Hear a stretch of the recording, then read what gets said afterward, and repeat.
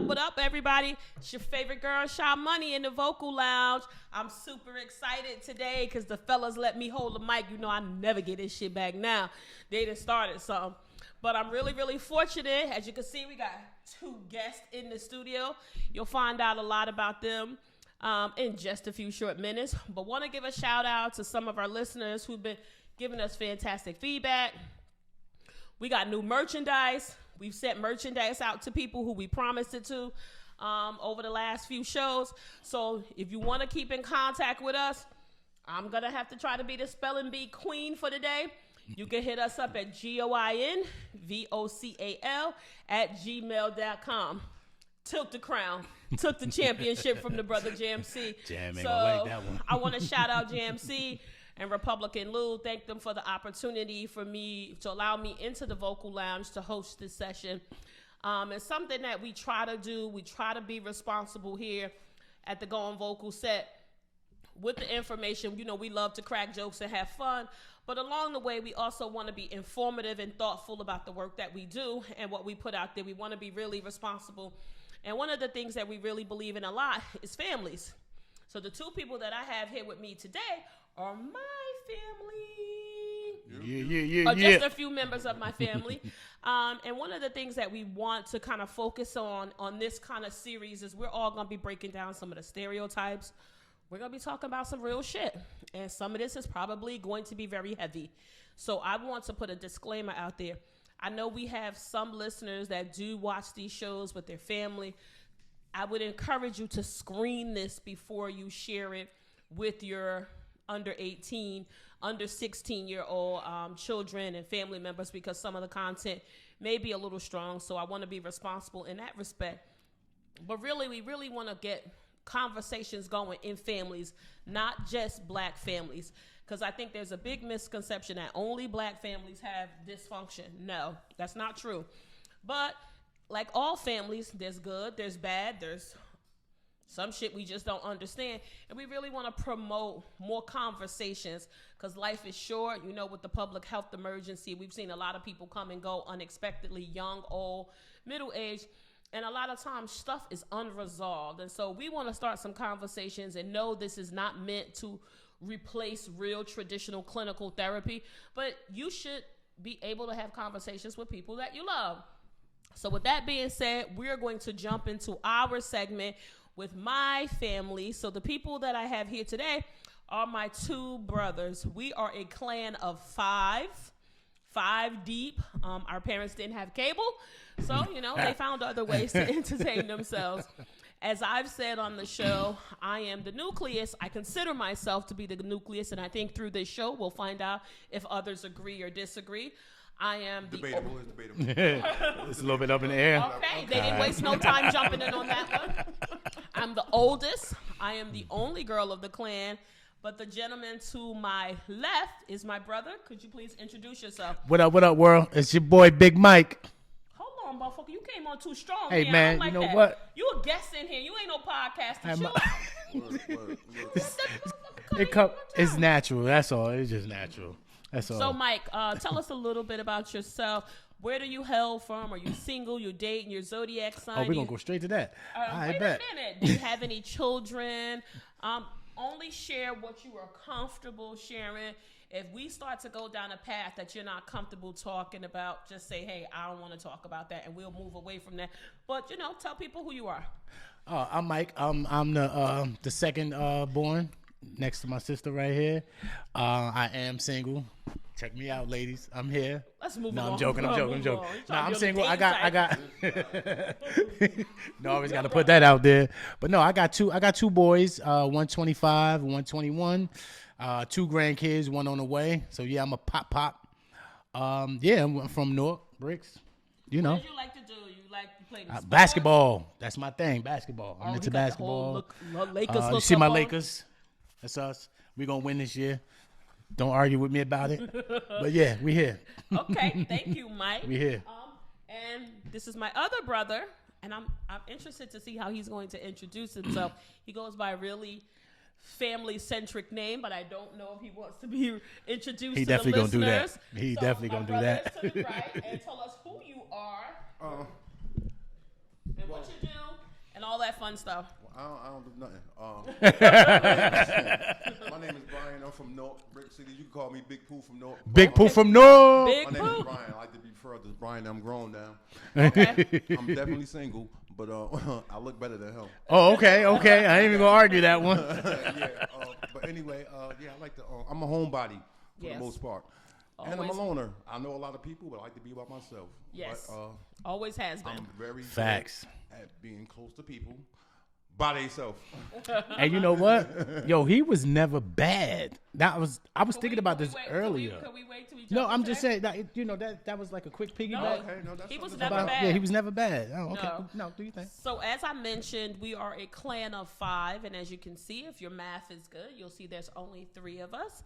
We have a brother who is after Brian. His name is Sharif, and he lives in Ohio currently. He's been living out there for about 4 or 5 years. Something like that. Yep. So shout out to our brother At Sharif, least who's 5, yeah. Big Hoove. Hooves out there, so he is the jackass of the clan, and that is not debatable. And then we Not at also, all. and then we also had a younger brother whose name was Abdullah.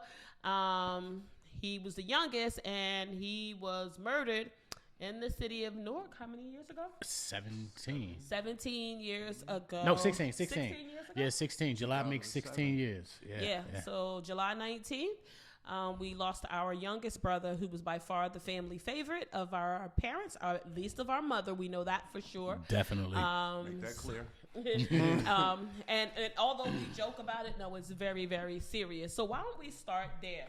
So we've kind of introduced ourselves, and we've kind of given our positions within the family. What was life from your perspective, individuals, and feel free to jump in. What was life growing up for like us? 5 deep. We had a single mother. We had, in my humble opinion, and I plan to dive into this, we had limited help from the external family. Dad or dads weren't there. But what do you remember, the good, bad, ugly, about growing up? I thought it was good. I did too. I really did. As far as I know, we had fun. We did a lot of kid shit. We ran and we played, and Yep. I remember just not too long ago, maybe a year, maybe 2 years ago, I said to Mommy, I'm like, you know what, Mom? I wish we could go back to when we was little. I forgot what I was doing. Something made me Why is that? think about it. I don't know. It was I probably was watching something like, how you could just probably watch a show like some jog different your strokes or something, and you could remember being back there. So it was something like that. And I promise you, with the straightest face ever, she was like, Mike, that would be nice, but it was so hard for me back then. And I stepped back like, Wow. I had no idea. I knew we wasn't rich. Right. Like, I knew it was some things like, wait, hold up. But, oh, well, Mommy got it. Or, stuff like that. But when she said that, that was a real eye-opener. Like, I had no idea that it was that bad for her. I had no idea until she said that. What was your Well, perspective? as a adult looking back, it had to be hard for her. But the camaraderie that we had as a Oh, family, yeah. because of those tough times, we were forced to be close. Yep. And That's facts. That's facts. facts sometimes. Yeah, I I do do too. too, for I do real. too. I think it created a bond with us that can't be replaced. I couldn't really do. agree. I couldn't agree with both of you Yeah. more. When I look back on my childhood, I don't really focus on like did we have the latest sneakers or things like that. I think about the fun that we had, and my mother was always and remains to be fun when she wants to be. But we had fun. I didn't know that I was poor. Word up. I swear, I really had didn't. No idea. I only became aware of that when I got like into my late teens. I But was about to say that. but prior to that, I thought life was fantastic. We got to go to our grandparents' house, and they were, a little bit more financially stable than we us. used to go to Great Adventures all the And time. they would take us to, all kind of amusement parks. And even though my mom was living on a fixed income, she still took us places. We used to go to Asbury Coney Island. Park, Yes. Oh, Coney yeah, Island. Asbury Park. Yeah, I forgot about Asbury Yeah, Park. That's and my right. mom didn't drive. Yeah. And I think that was the fun of it. She pile would up on build a that train. lot of anticipation in the days leading up to it, and she would cook, and we all put our backpacks on. Yeah. So I That think is so true. Yo, I'm really remembering now. Yeah, Yo, it's funny that- she said, You know what also stands out to me though? You remember the times like when we be at Nana house and we sleeping on the floor, Yeah. all of us together, and that was just like the commodity. I think that's what built the commodity. Yeah. It is. Yeah. And I think one of the things that my mother, did an excellent job with, she made sure we were very focused on our education. So no matter what our situation was, we all had perfect attendance in school. Oh yeah, we definitely was going to Oh, school. you getting the fuck Yeah. out of here. Sick. You was- breathing? Take that ass to school. She was a stickler for that. So, hats off and shouts out. My mom is a viewer weekly, so shouts out to you, Mom. Shout out to mommy. Hey, Mom. And plus, this nigga's scared because if they say something, she gonna be on the Fuck phone. around, put hands on immediately. somebody. I'ma smoke. But I think, Mike, you bring up something that I've been thinking about as we were preparing for this show. I think it wasn't until I became an adult that I realized how hard things were for mommy. She didn't work. She was a single mom. She had a lot of aspirations about being an accountant. So she was in college, but unfortunately, as a single mom with 5 stair-step children, comes a little bit of a challenge. I want to throw a question out there. Do you think people in the family supported mommy enough? Or could that support been different? Or, she made her bed. She's the one who had 5 kids. That's a good question. That's a real good question. Because Nana Yeah, there was support there. definitely, helped out when she could. There was some times though when Nana was like, And that's fair. But really, other than that, like, no. Not that I can really think of that buckled down and held mommy down when she needed the help. I really can't think What of. about you, Pooh? Well, yeah, Nana. First of all, let me say this about Nana. She had a 1-bedroom apartment. And we talking about my mother's mother. Yeah. Yeah, and my grandmother, she took us in with Yeah. no question asked. But also, granddaddy, we went all the This way is to true. a whole nother state. And we didn't even know exactly where he was at. Right. Exactly, for days. So, but, yeah, It was like 2 days. It was like we 2 was in a days. place I don't even want to talk about. Yeah. A place that we shouldn't have been. Nah, I talk about it. I had a I ball. think I like it too, but anyway. But yeah, as far as family support, she really didn't have none. At that time, you had to just figure it out on your own. And she had the most kids at that time. She had 5 Yeah, kids. she had 5. Nobody else had 5. Nobody else had Aunt 5. Carol had 2. No, she only had Maybe 1. She only She had only had one. Fareed at that time. She only had one at the time. So, Yeah. you know, The reason why I asked that is because as we were leading up to preparing it, and wait, let me take a step back. I don't ever want to be a person that takes credit for anything that wasn't my own creation.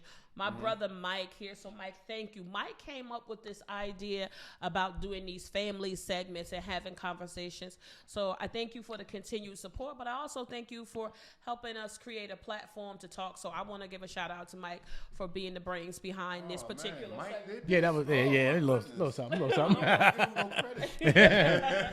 credit. Go ahead and take a But, sip to that.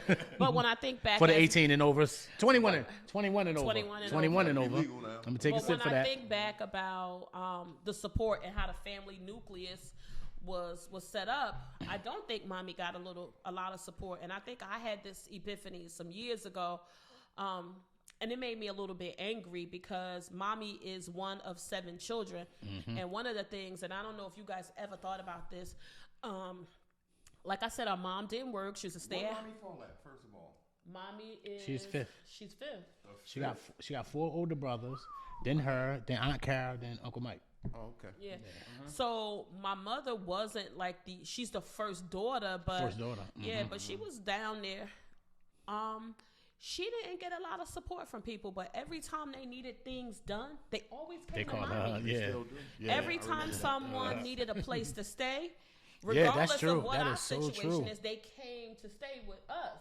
But they were very critical of mommy and how she was raising us and what she was or wasn't doing. But yet nobody ever Yeah. stepped up to jump in and help her.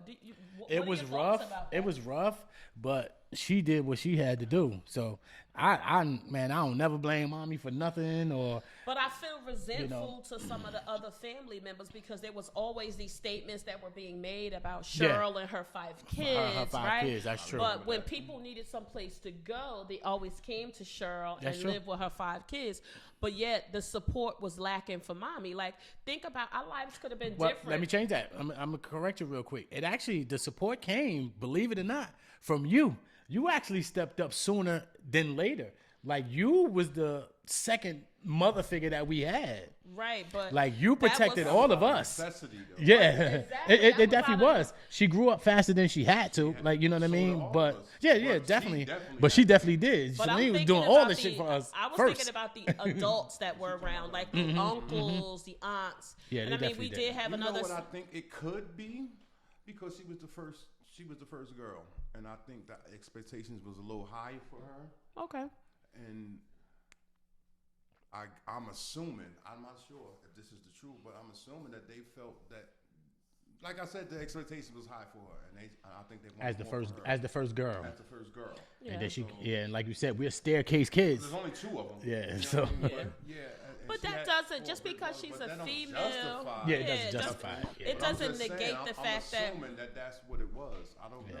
Yeah. Because they came down harder on mommy than they did on all our uncles. That's what I'm talking Yeah, about. that's the point. Yeah, that's the So point. Yeah, everybody yeah, else yeah. was doing all kind of horrible Yeah, shit. yeah, street but they shit, going to only jail and- focused on mommy. They Like did. whenever Yeah. mommy missed a step or she was a little off Well, kilter. mommy was also, she was like a good, she was a great student. Mm-hmm. She was a great person.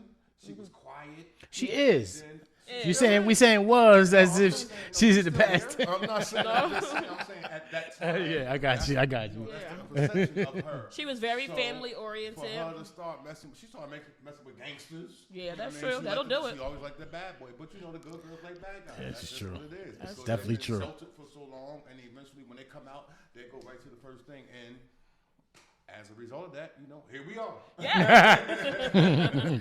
Good looking on that one. So what are some of like your fondest memories of growing up? If I could go first, I know I'm the host and I'm supposed to give courtesy, but one of the things I thought about a long time ago is one of my fondest memories was like the summertime. Because in the summertime, because we didn't have a car, we walked a lot of places. Oh yeah. Oh my God. And that is how I know so many people in the Essex Yeah, we talked and about that. Union Yeah, County yeah, areas yeah. is because We did we a lot of walked walking. so many places. Yeah, we did. And no matter where we walked, mommy knew somebody, and then ultimately us We ended kids up knowing found them. a core set of friends. Yeah, that's And I definitely think true. that's one of my fondest memories about growing up. And I think that's probably why I'm so talkative and friendly now. Everywhere I go, I get on the elevator. By the time we get to the 7th floor, I got a best friend. Yeah. Yeah. What are some fond memories that you have of growing up? Fond? Or fun memories of something that stands out? What about when our brother remember, got pushed you know in what? the pool? I remember that. Well, yeah, I remember that because Reagan. Reef saved his life, and the dude, his wanna name tell the was story? Meatloaf. Y'all look at the camera. Tell us. Oh, Meatloaf, wherever you at, never mind. No. This was at Green Acres on Lyons Avenue. Oh, okay. So we had Green Acres and You have to Nunu. tell people what Green Acres is. Oh, 'cause Green Acres everybody- is in Newark. It's a little park on Lyons Avenue in Newark. And my little brother, he was little. He was really little at that time. And he walking past the pool, and Meatloaf just pushed him in the pool. I remember that. So Reef, our other brother, who's a step up from Nunu, jumped in. Who himself don't know how to swim. He saved his life. We knew how to swim back then, though, as Yeah. a kid. Well, we not don't like really know. swim like to survive. You know, Yeah, I mean. know what you're saying. So he drags Nunu out. Nunu, okay, he dying. I came over and We'll keep it clean. I'ma try. I beat the shit out of Meatloaf. Because we were afraid. I mean, you know. We were afraid that if we had to go back home. Oh, yeah, and you go tell back to my Cheryl and tell brother what happened to that Nunu. Something had happened to our brother. Yeah, it would have been lights out. But Pooh, what? Cheryl No, got a you know line. What's what? her line? I'm If one of y'all fight, I'm about to piggyback off No. that right now. Now, at one time, we was going through some hard times, and we had to move to Washington, D.C. Like my sister, you know, she's the oldest. So she was like the matriarch to us, still is, but she was the protector. She Definitely. was more the protector, and my sister had more fights than I did. But anyway, that dude was gonna take my I sneakers. She ain't remember beat his this ass. one time though, and I will never ever forget this. I don't even know where my sister came from, but I was having a problem with a bully at my school, and I never told nobody about it because you know I'm a quiet guy, so I keep stuff in. I still do. It's probably hard. Problem for me. I'm trying to get it out. Try to get out. Anyway. Take a sip of water or something. You be all right. I don't talk about certain things, but It's traumatizing. it was, man. This was a hard time for me. I was getting bullied. What grade were you in? I was in maybe fifth grade. Because I was in the 6th grade. I was in the 5th grade, and somehow or another, this guy wanted to beat me up. And he was I think his name was Isaac. Isaac was exactly his name. It definitely was. Right Isaac. now, Put hands on you, Isaac. You down in that DC area? But anyway, my sister was on a bus. I think it was an M16. Yep. It was definitely the M16. It was an M16. Yeah. Free bus that took Your my memory sister on to fleek school. right now. Yeah, I'm on point. I'm drinking, but I'm good. Yeah. Anyway, so my sister jumps off the bus and she must have seen that something was going wrong. And she jumps off the bus and beats. But wait, she said something first. She said one thing. Where I he don't at? remember. No, because it was a crowd. Yeah. Remember, it was a whole crowd. Yeah, she said where he at. That was the first thing she said. I couldn't even run if I wanted to. And I wasn't really into running at that point. 'Cause Mommy always told us, nigga, you come home and you beat up. You take your ass back out there. So Yeah, that's ask how Nunu about that we one. was raised. But my sister saw it.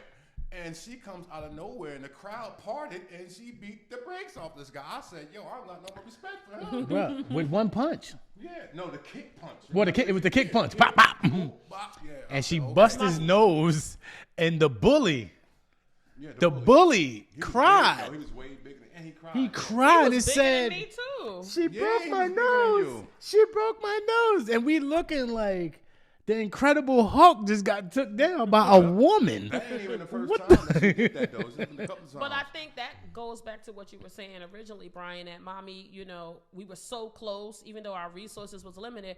Mommy built such close camaraderie. It was always all or nothing. And so that's just the way we were raised, it's us against the world. And we carry that forward today. But we talked a little bit about Mommy and some of the challenges that she had. But we haven't talked about like the lack of having a father in the house. Do you feel that impacted us growing up? Do you feel like it impacted us, how we live our lives today and being adults? Was there any outcome of not having a father in the house? Absolutely. I'll let Pooh elaborate on that one first. No, because, it's certain things that a woman can't. I mean, women are strong and they powerful and they impactful and all that, but it's certain things that you cannot teach a man. Some things has to come from the man, and you need to have both aspects in your life. I grow up and I treat women bad because I never knew what the family structure is supposed to be like because I didn't witness it. We didn't. And I'm not making no excuse, but I'm thinking that's real. Like you have to have both in the family for you to teach yours. Exactly. You're absolutely right. You have to. We didn't have an example in front of us. Yeah, we didn't. The only example that we actually had anywhere TV was TV and Nana and Granddaddy. Yeah, They was together for like 80 years. No, I'm lying. 60 something years. But they were so far removed because they were so much older. Maybe people didn't connect with it because it seemed like another generation. But nowhere in like the uncles or the aunts or something like that. No, our uncles. Yeah. We didn't. We didn't have that either. Yeah, because the uncles was like our first. That's like your first introduction to man. Well, it's supposed to be your outside. father. It's supposed to be your what I'm father, saying, but for if us, you don't it was have our them- uncles. But yeah, It was definitely our uncles. So absolutely. But our uncles was our uncles gangsters. taught us a lot of bullshit. They was absolutely. gangsters, For but whatever they didn't teach reason- us the bad side of it. They just took. We just seen highlights of the good side. But check it out. If you think about it, we really didn't know Uncle Mike that well We didn't. because But he was we in idolized jail. him. But who was he? Our fucking hero. He was. I don't even know So let's why give to a little this bit of- day. let's I don't give a even little know why. context, That's a because fact. keep in mind that we're sharing our story, so it's intimate to us. But let's kind of set some context for people who might be Okay. listening. Mike, so you talk about our Uncle Mike. Who is he? Where does he fall in our family Well, structure? he's my mother's youngest brother. He's the baby out of the 7. He actually caught a murder case at the age of 17. And he went to jail for, I think the first time was like 7.5 years as a juvenile. And, he was a boxer in jail. So us coming up, we used to see the pictures. We used to go visit him in Yardsville. in New Jersey, Yardsville, is a jail, prison. It's actually a correctional facility for teens, and he did 7 years for the murder because he's trying to commit a robbery, and it just went left, and he accidentally killed the guy. Right. So, but for whatever reason, but that's not entirely the full story. Well, no, it's not entirely the full story. I'm talking about how much time he did and why we really don't know him. Well, the first time, like I said, the first time he did 7 years, 7.5 years, something like that. He came home for a year and went back for like another nine years or something like that. Yep. So when he finally came home from jail, I believe he was 34. Right. If I'm not mistaken. And just to put it in context, we were little kids when it all first took place. Yeah. But as I recall it, our entire life, it was only when I became late in my teens, maybe in my teens, that I realized he wasn't in college. They always told us that our uncle was in college. And then when he would call home to speak to his mother and his siblings, they would gather all of us up. Uncle Mike's calling this time at this time, and it was like the whole family would congregate at my grandmother's house to take the call, and we would bring him up to speed on what we were doing, and he would scold us and motivate us, and you better be good. And it never dawned on us that he was anywhere besides college. And even when we went to visit him, when I think it was that I knew that Uncle Mike was in jail? One time my uncle was, our visit with the family was over, and he went behind where the security was, and I went to go give him a hug, but I wasn't supposed to go back there, and I saw somebody undressing, and I'm like, wait a minute, this ain't college. This ain't college. That's when I remember it. It was clear to me.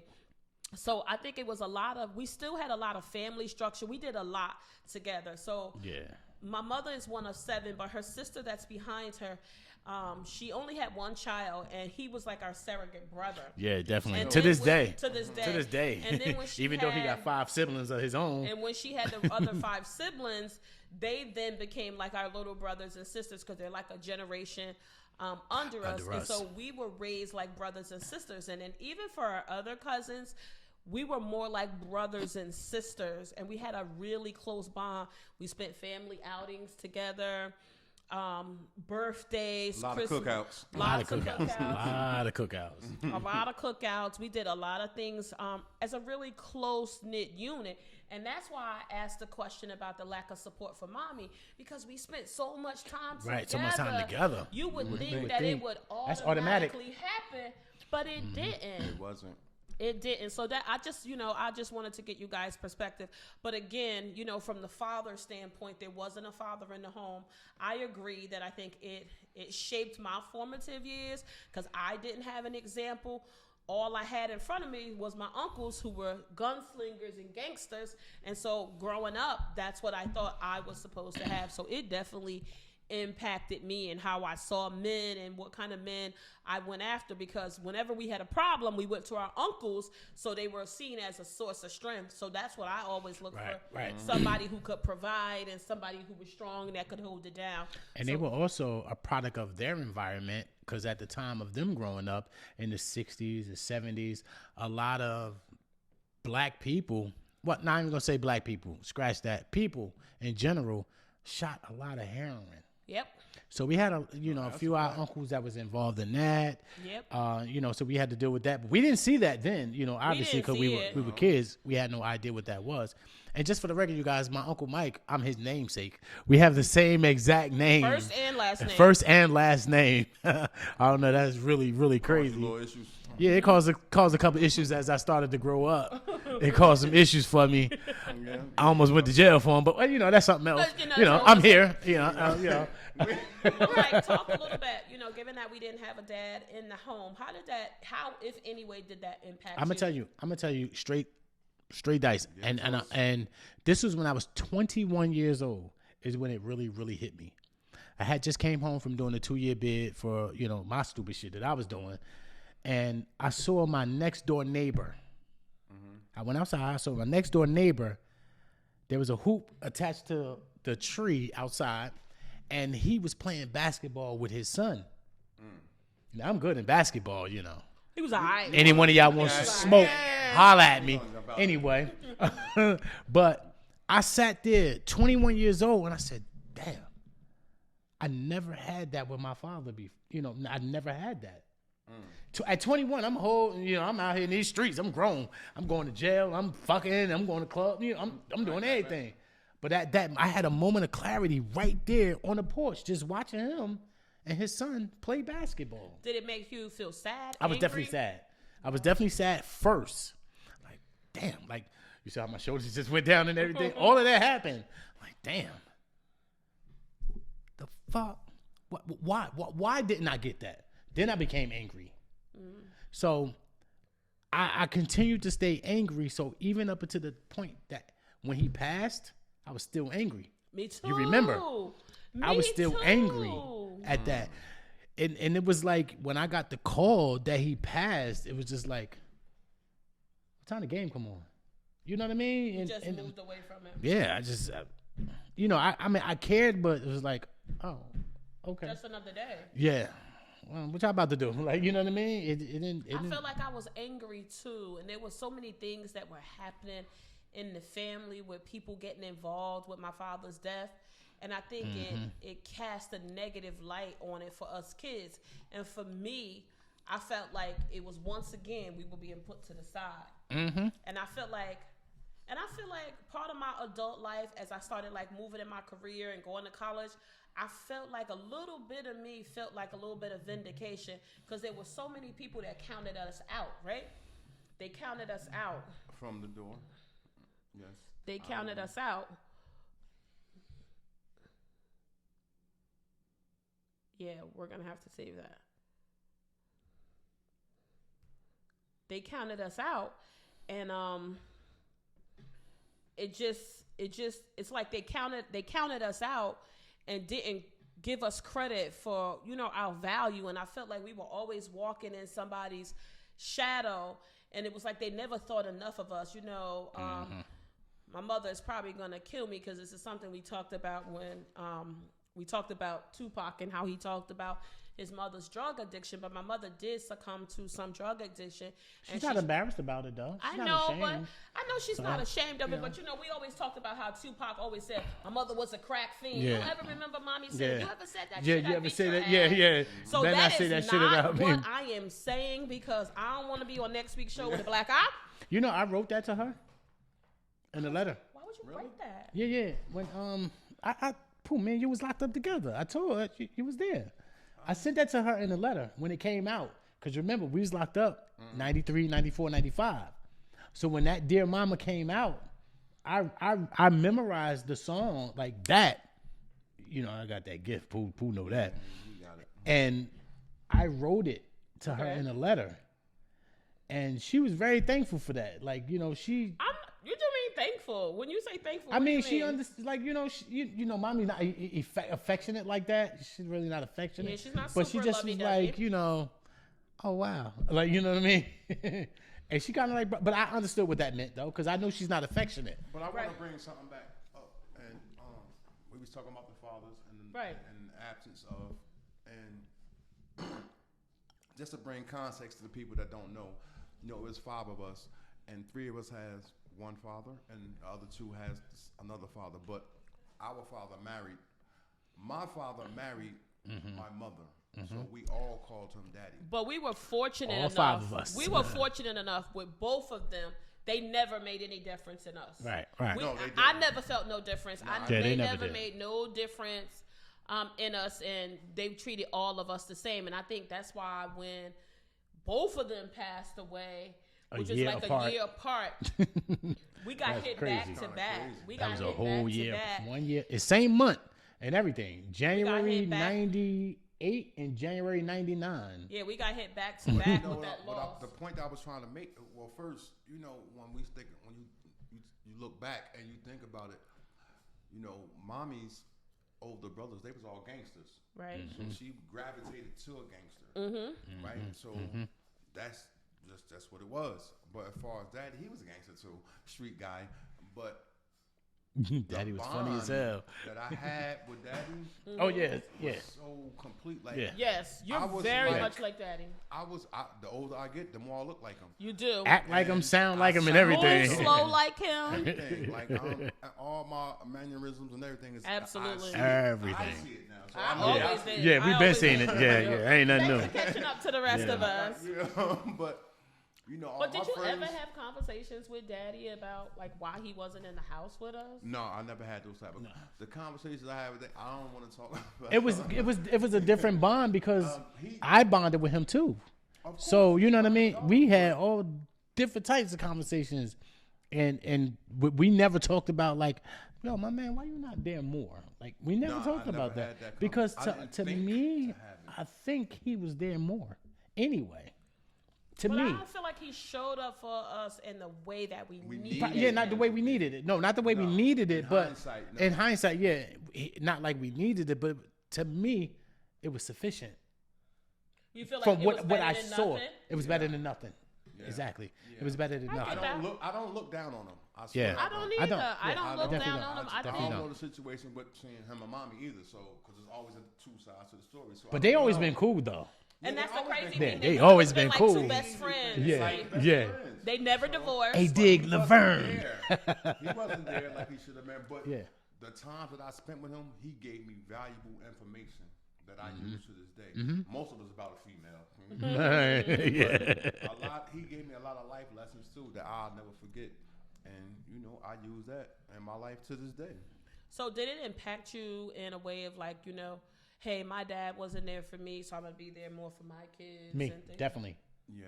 100%, 100%. I tried. I literally mouthed these words. I will never give my kids the opportunity to feel for me the way I felt for him. Really? I always said it.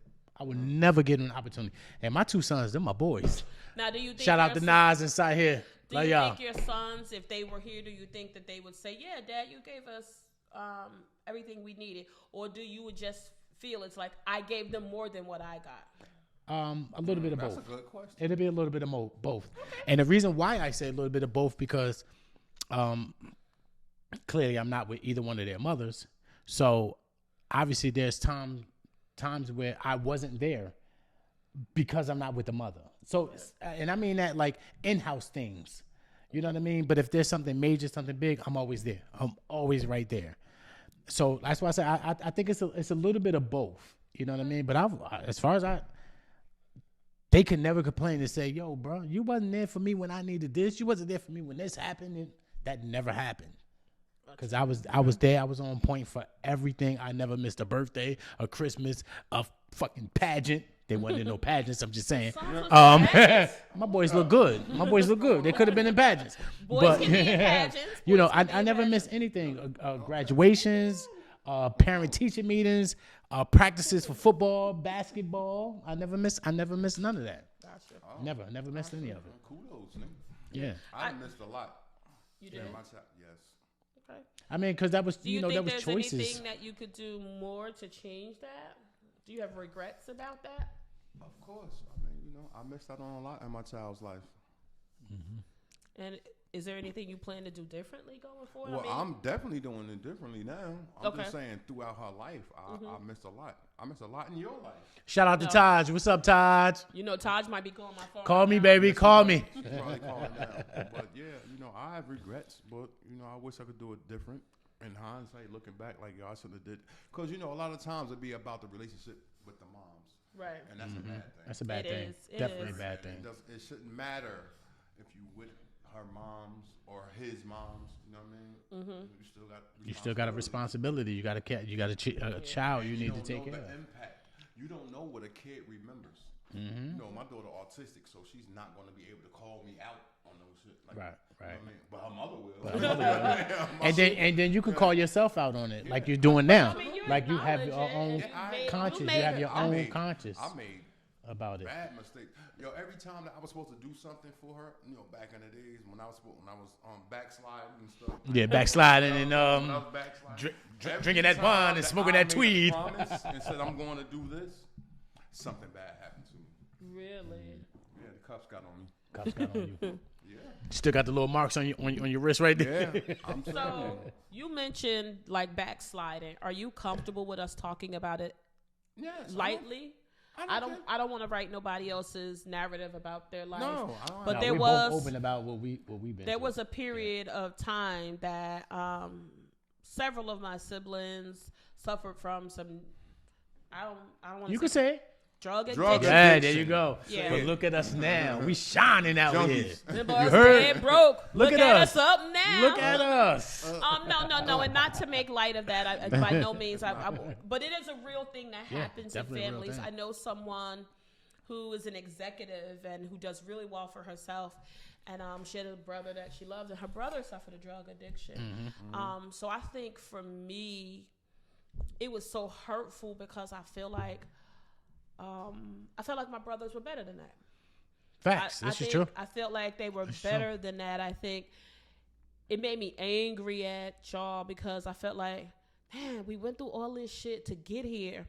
And now we're coming into our own, and now y'all want to do this shit. Right, and we know now because now we at the point now we know what that was, what they were doing. Yeah, right. Because Mommy and our uncles we didn't and know daddy. when we were children because they shielded Right, us right, from right. right. And all that. Yeah. And so that's why You I've fell always victim. had a no tolerance policy. You know, I know everybody's marijuana is legal, but for me, because there was some addiction, whether it's tobacco, alcohol, or narcotics in our family, I've just had a very no tolerance policy. You ever smoke weed? Tell the truth, just one time. It was one time. Oh, at you did? 15. did. Oh, you did it one time? Okay, because I one remember time. you saying that. I just wasn't sure. No, okay, it's true. okay, It was okay. one okay. time at 15. Okay. At the Lincoln? No, I was No, 15. Not at the But Lincoln. anyway, to Not at get us back 15. on topic, I felt like I was angry. Like, damn, we came through all those hard times. We were displaced. We didn't Right. have a home. We were homeless at one point. Facts. And now we're coming on the other end of that, and now we can really get our stride and move forward. And now y'all want to start fucking with that. Like, what was your mindset? What did you feel like it was a weakness, or it was just something exploratory? It was like, why do you think it happened? Oh shit! For me, the things I was doing when I started doing it was socially accepted. Okay. And it was a thing that. So basically, I was being a follower. Basically, I was doing what everybody. It was a trendy thing.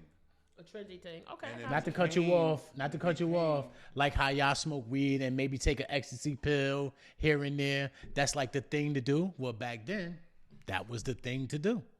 And we did it. Yeah, it was party drugs we were doing. Yeah. Basically, that's what it was considered at that time. Yeah, at it's that not that no time. more. People are dying and everything, but at that time, that's what it was, and I struggled with that for years. But I could say one thing about this black guy right here. You know?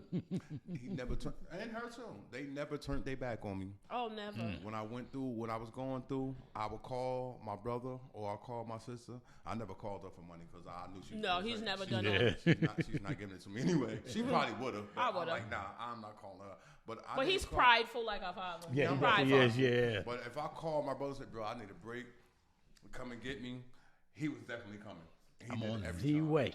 He came. He ain't even judge me. He ain't say nothing. Yeah. He just Never came say and got nothing. me. Just come and get him. Yeah, that's it. Okay, Number one, because he's my brother, I'm not gonna judge him anyway. But number two, I was there with him. I was one there point, at one yeah. point. Yeah. You know, So you but I was understood just a it. little more fortunate to walk away from it easier than he did. Right. You know what I mean? took him some years. So it was a little bit more harder for him. But how can I judge him for some shit that I done with him? Nah, Exactly. You That's know what I fair. mean? I How can you do that? knew, though, if I called you, you was coming. Yeah, I was coming, definitely coming. And how I got If into I it, called Shalene, she was coming. Oh, how absolutely. I got into it is because he was doing it. And this was my exact words. Now, I was already, if you're a little older, I'm 49. So if you go back to like 90s and stuff like that, they had these pills out in Newark called hits, right? It was a codeine and a Seaver pill, right? They were like $30 a pop. So if you take these pills, it was two of them, called a one-on. And if they were fresh, you could be high for like 3 days straight. Ridiculous. And you be in one of these modes like this, right? Yeah, Right. You know what I Looking mean? back on it, Like I that got don't shit to make do. sense. I don't mean to be out for 3 days. Got shit to do. Yeah. But he had already introduced himself through somebody else. I'm not gonna put his name out Right. to the heroin. So now I go to him when I find out he's doing it, and I'm like, wait, whoa. I What the remember that day. yo, what are you doing? I So remember. do y'all think mommy knew right away? No, she did not. No. But I'm gonna But tell she you something. participated, though. I'm gonna tell you something he said to me the day that I confronted him about doing it. Wow. He said, "How you gonna say something to me about getting high? You high right now?" Were you? Of course I was. I was high off the pills. We was on our way to go and get it. Yeah, That's where we was going. yeah. Me, Fuck you gonna? you, Edmund, and Yeah. So some Let's names. not, Yeah, let's not some names. incriminate other people. And so this one particular day, this is after that situation, I say to him, "You know what? Let me get some of that shit, man, because I want to see what the fuck you get out of that." And I was dead serious. So you were trying to, not really trying to indulge in it. You was just trying to say, this is bullshit. This is you don't bullshit. Need to do you don't need to do this. Right. Because at that time, dope was $19 a bag. For all you new listeners who think that dope is $3, no, it was $19 a bag back then. And the pills that I was taking was $30. So now I'm like, all right, but it was the same high. So it was more cost effective. Yeah, pretty much. Essentially, he made a financial decision. Right. Fact. So I'm like, let me see what you get out of that. So he like, you sure? Man, give me the shit, man. He gave me a little bit, and I'm sitting there, and I'm honest to God, waiting. Bro, what the? He like, smoke a cigarette. Wow. Didn't you throw up that time, Mike? Immediately after the cigarette. Immediately. And the high hit me. That's bad, I remember. And I said, whoa. Yeah. So And fucked around and liked it. And understood now, wait, I'm spending $30 for these pills. And I can spend $19 on a dope and get the same high. Even though this one lasted longer, who gives a shit? Right. Let's go spend another $19 to get another bag of dope. But you know what's crazy though? You know, I'm thinking back on this shit now. You know, everything starts in the home. Right. Mm-hmm. Like, what's acceptable in your home? Mm-hmm. Mm-hmm. Now, you can't blame your parents for you making the choices that you make. Never. Because I've never done that. To be grown, even Right. though we wasn't grown, but we knew. Because when mommy found out, She was like, oh, for real? okay, All right. Right. like it was all right. Like it was so all right. It all starts in the household. You know what I mean? Because those same impression pills and mommy the used to take. impact that your family, your mother, and your parents have on you. And if you ain't got both in there, so it's definitely less now. So Right. why not do it? The first time you see me, I was high as hell off of weed. Because you know that was the first thing. My drug was the cigarette. Don't forget Oh, that. well, mine Nicotine was the drug. weed. Don't get It it is. fucked up. Yes, it was cigarettes, And a 40? alcohol, Yeah.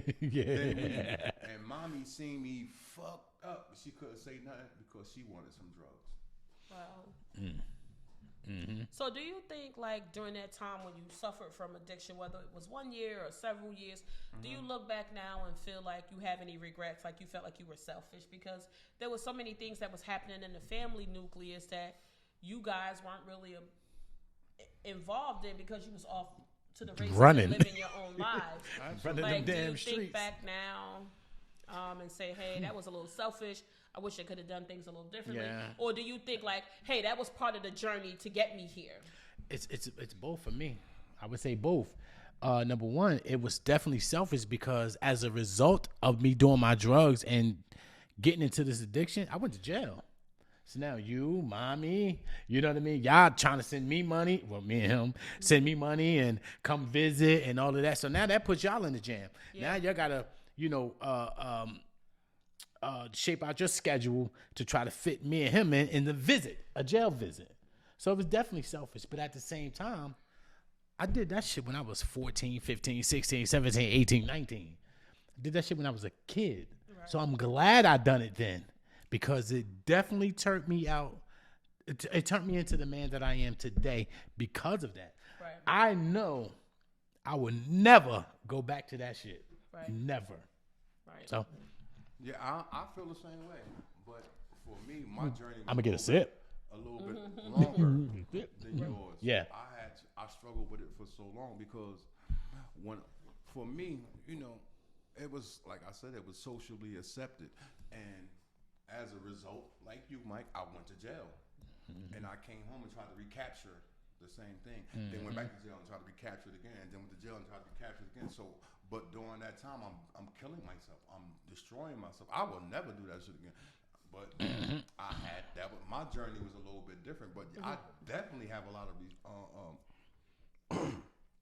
regrets for what I did. You know what I mean? Because like you said, man, you know, you definitely selfish. You're not thinking about mommy and the family and the impact that it's having on them. Y'all worrying about me. Right. Yeah. You're worried about. This is true. I'm going for months. And we didn't. And me and you as the oldest, we didn't left the women and the two youngest kids out here to fend for themselves. Yeah, exactly. So, And as a result of that, things happened while we was in there that I know for a goddamn fact when it happened if we was out there. You know what I mean? Things that happened when I was in jail. I'm in jail only because I'm getting high. Right. Yeah. Because for me, if I'm getting high, I got to get high to a different level. I know me. So if I'm gonna get high, if I'm gonna do anything, I'm gonna do it to extreme. In order for me to do that, I'm gonna have to go out there and do some things. Do some things. And Which is gonna cause me to go there, and I'm missing my family. It's definitely paying the price for my actions, along with me. But we bounced back though. yeah. Of course. I don't give a fuck. Look at us. Hey, We bounce. hey, world, look at us. Look at us. Yeah. We look good. So listen, I want us to take a pause because I think at first I'd be remiss if I didn't appreciate and take the time to thank both of you. These are very honest and transparent conversations. I know some people will look at this and say, damn, this is really vulgar, right? But I just want to, before we end this segment and start on the next segment, do you think the things that we experienced, so while we were going through it, it probably was horrible, it was the end of the world, do you think that it's unique to our family, or do you think that some of the things that we experienced are things that other families definitely going through this. We're talking about alcohol abuse, Alcohol. like Brian said, nicotine, drugs, single parents. a lot of people abusing prescription drugs. So it's definitely a lot. This can go for hundreds and thousands of families out there. People go through things every day like this, and like Pooh said, it was a little harder for him to bounce back. There's some people out there that can't bounce back. Yeah. They just can't do it. But do you think the family nucleus helped you at all, because you always knew that we would always be there because we've always been so close knit? Do you think that helped you in any way, or was it just something you had to go at it alone and just? I think, for being honest, because of the love that you have for that person, you become an enabler. Oh, for sure. We've talked about this in the family. We've talked about this.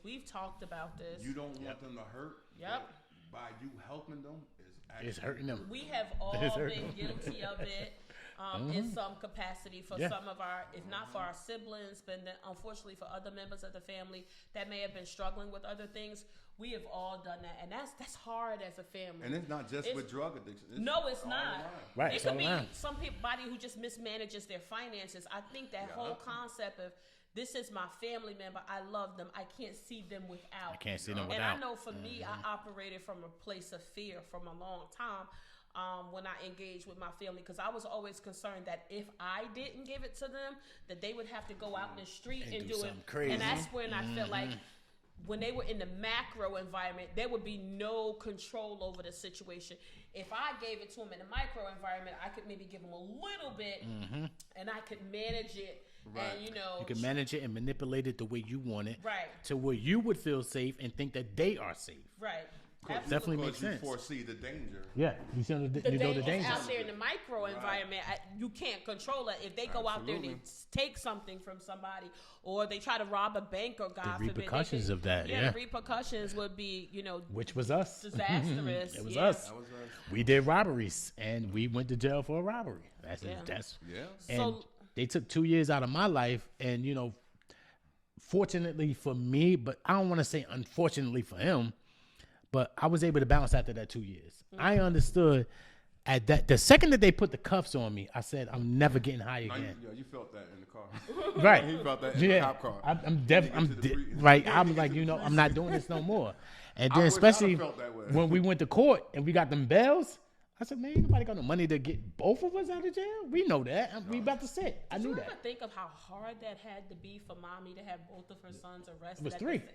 Well, yeah. Yeah, because Reef was with us too. My little brother was there. My third brother, who was a juvenile, along with, you guys remember early in the segment, my cousin Hassan, he was the same age as my brother Reef, and they were 2 juveniles. And this is where the family closeness goes wrong, because you shouldn't be taking your juvenile cousins and brothers with you Doing to do robberies these and things. shit. But We wasn't Jesus. planning on that. They came and asked They me. came. Okay. I got out the bed with my feet. So we're my not here. woman. We're not gonna tell a story, but All I right. just want us to end that segment. Like Facts, before facts. we close that segment out, Yeah. I know we've shared a lot. You guys have been so transparent and vulnerable in the moment, and I just like if you had to give a PSA out to somebody about the incarceration piece, what would that be? And then we'll come back with another segment.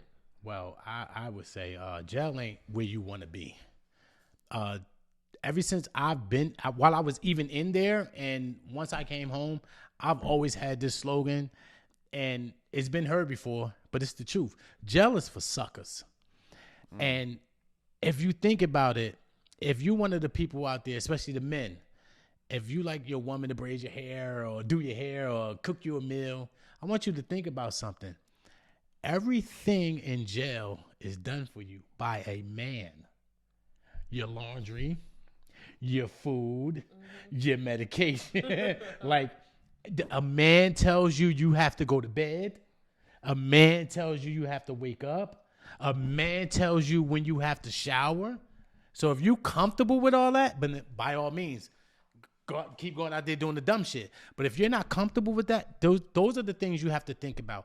A man, somebody besides your father, runs your life.